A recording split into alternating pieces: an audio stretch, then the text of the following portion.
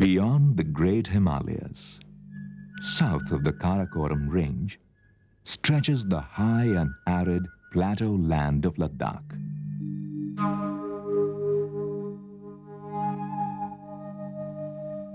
This is an awe-inspiring and rugged region, guarded by formidable peaks. This high-altitude, cold desert encompasses a startling variety of landscapes, which vary in altitude from 2,500 meters to over 7,000 meters. Though inhospitable and harsh, the high-altitude pastures of Ladakh have offered a home for nomadic tribes over the centuries.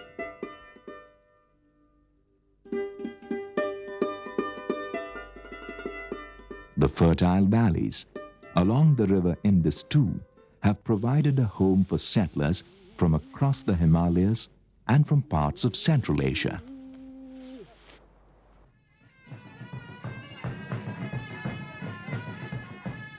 Indeed, here, in the safety of seclusion, the ancient culture and identity of these tribes has been preserved over the passage of many centuries. The Brokpas, for instance, retain their age-old original Aryan traditions.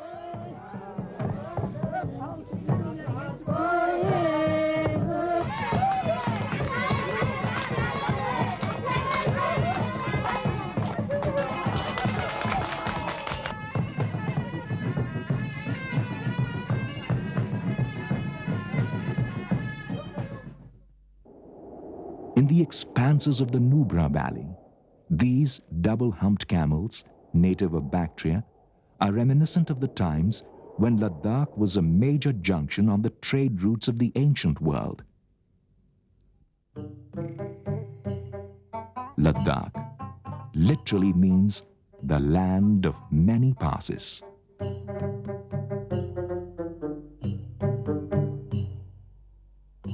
This little market reminds us of the times when goods from distant lands passed through Leh in this mountainous region. It was an important center for caravans, which traveled from the Mediterranean to Kashgar and Yarkand in China.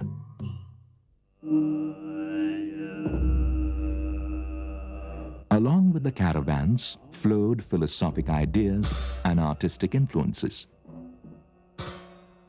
From Kashmir came the Vajrayana form of Buddhism, which had been created by the impact of Tantric Hinduism on Mahayana Buddhism.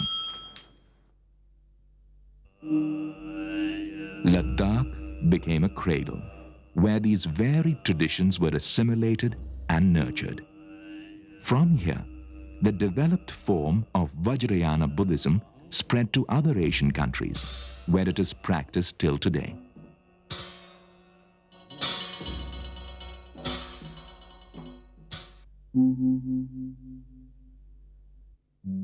In the early 11th century, 108 monasteries were built in the Trans-Himalayas under the patronage of King Yeshe-O, who was responsible for a great revival of Buddhism.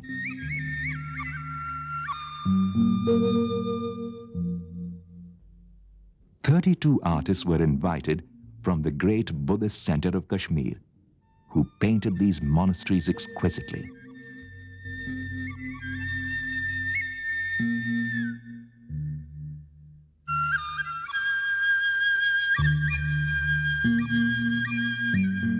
These early monasteries of Ladakh present an important milestone in the development of Asian Buddhist art.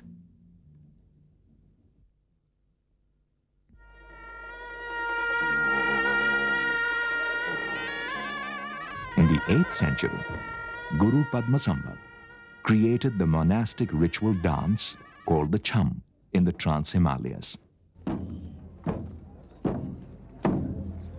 Padmasambhav is the most revered saint of this region and was responsible for the first major spreading of Buddhism here.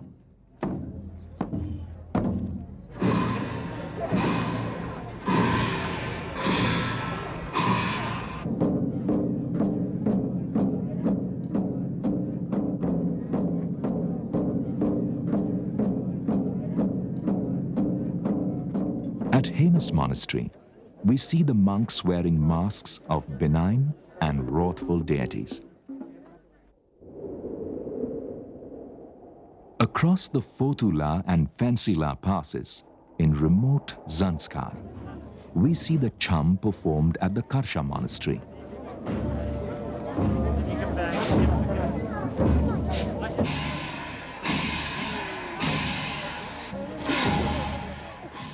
The chum was conceived to help in the process of meditation on the various aspects of the Buddha's wisdom.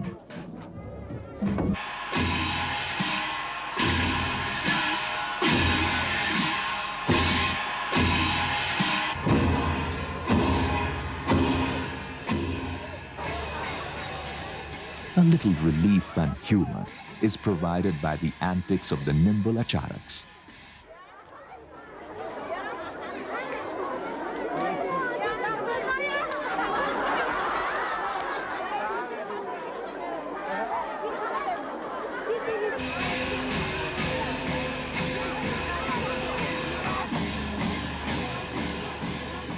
The dance also depicts the victory of good over evil, culminating in the destruction of the human ego, represented by an effigy called a torma.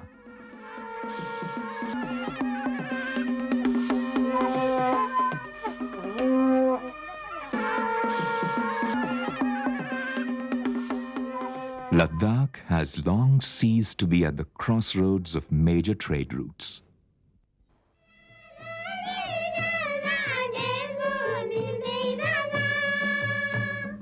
However, it still attracts many from all over the world who are enthralled by the imprint left by those centuries of vibrant interaction of different cultures here.